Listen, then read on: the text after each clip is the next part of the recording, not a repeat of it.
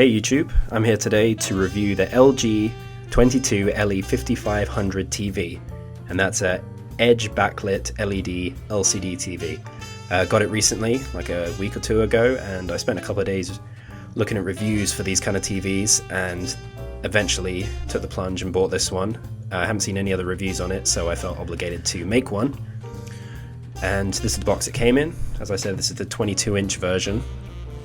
It's got a 3,000,000:1 mega contrast ratio, slim design, a beautifully slim and stylish design. Something about 24p real cinema, which matches the original frame rate of the film for a more film-like experience, but don't know exactly what that is.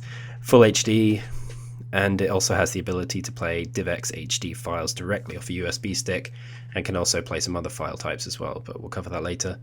I got the 22-inch version. There's also a 26 and I think 32, and they might even be bigger than that. This is the box it came in. Has exactly the same information on the side. And yeah, let's get on with the review. So here she is in all her beauty. Nice glossy finish around the outside. The screen is a bit reflective as well, as you can see my reflection in it. It's got a kind of nice red tint around the outside, but you can't really see that. Maybe you will later. Here are some of the features as labeled on the box, which has been stuck on the front. Although it mentions energy saving, so I will mention that a bit later. And you can see the thing on the screen is the no signal. If you've got it on an input and there's nothing plugged in, this is what comes up. The light down in the bottom right, and there's a couple of touch sensitive buttons, but I will mention that later. So here's what came in the box. You got a screen cloth or wipe to clean the screen with, like you get with Apple products as well. You got the guarantee manual in all its languages. Luckily English is the first, because I got this TV shipped in from Germany. You got a cable tidy to keep things tidy at the back of the TV. Haven't used that yet. You have the owner manual and various other PDFs of information about the TV on the disc. It's not a DVD, so no videos. You got the remote, and we'll have a closer look at this and what all the buttons and functions are on there later. And then you got the massive manual, also in about 50 different languages.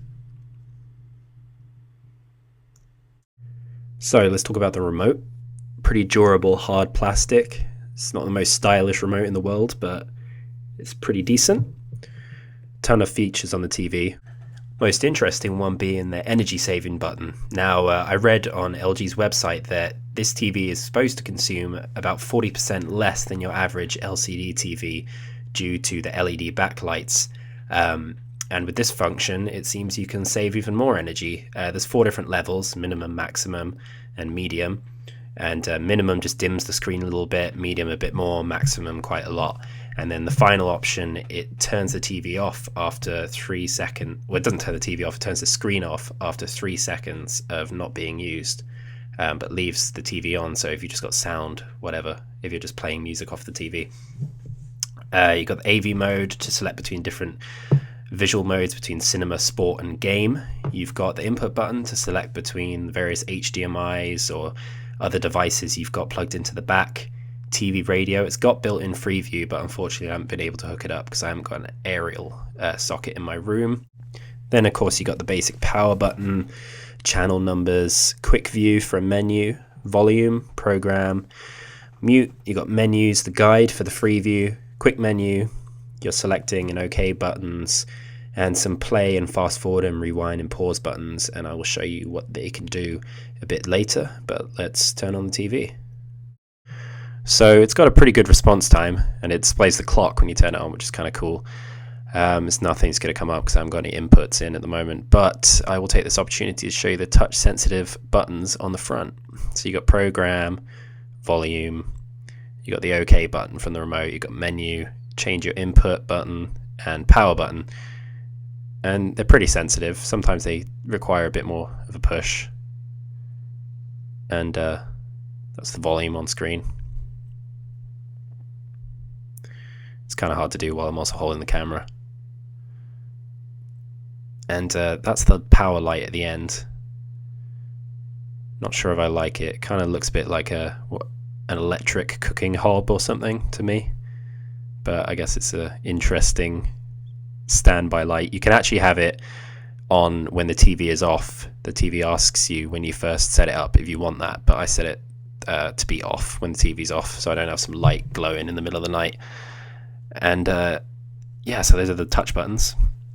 So now I'll show you the depth of the TV. I think it's just over an inch, and that is amazing compared to the old CRT TV I used to have.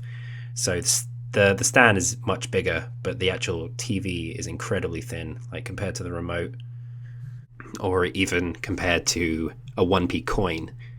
This TV is incredibly thin, said about an inch or maybe a little bit bigger. So the stand takes up a little bit of room, but if you wall mount it, you're going to have plenty of room. One thing I was disappointed with the stand is the TV doesn't seem to be able to pivot. You actually have to turn the TV. It's got like grippy bits on the bottom, but you actually have to turn it. So that's kind of a drag, but oh well. At least it's sturdy.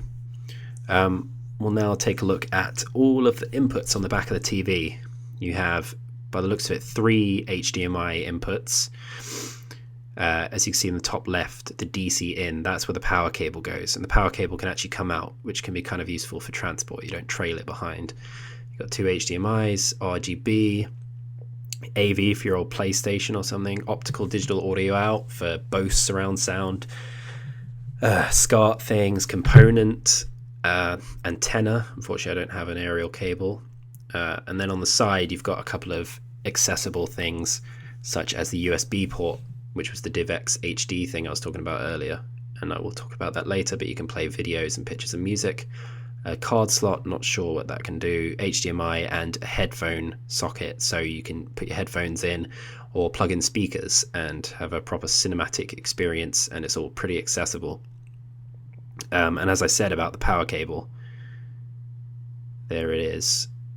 So you can take it out.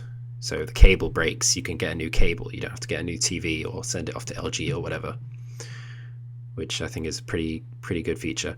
The stand, another annoying thing, you have to screw the stand on, whereas the Samsung TVs, you can just kind of slot it in. You've got 4 screws that you have to screw in when you get the TV. So it's a bit of a drag, but as I said, at least it's stable. So yeah, that is the back of the TV. So continuing on the topic of inputs, the button I showed you earlier on the remote, you press that and it brings up the input list. And I've currently got a USB stick, my PlayStation and my Mac connected. And if you see with the blue input label button, you can change it from just HDMI 1 to say game or PC, etc., which just makes it simpler when you know you want to connect to your console. If you can't remember which HDMI it is, it can be a bit annoying. So that's a nice little feature for knowing what you're connecting to. So I'll just do a little PS3 demonstration connected to the TV. And bear in mind that you can see by these weird wavy lines around the screen that filming on a camera doesn't really do the screen much justice, and looks even better in person. Also, Dead Rising 2 isn't really the best game to demonstrate graphic potential on a screen, but it's awesome. So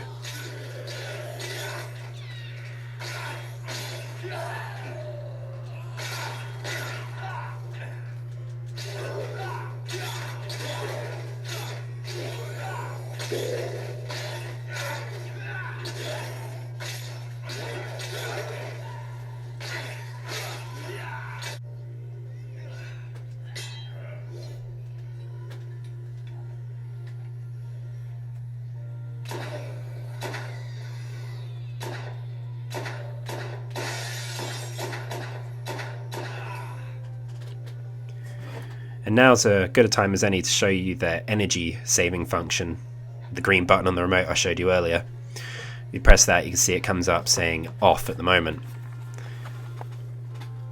And that's how much energy it's using or saving.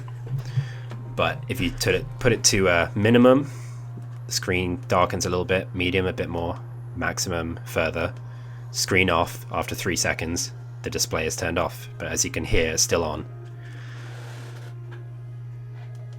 So not as obvious to see through the camera, but it's a nice little feature if you want to keep green, save the world. And if you're living in a student house and want to keep bills down, it's a pretty nice feature.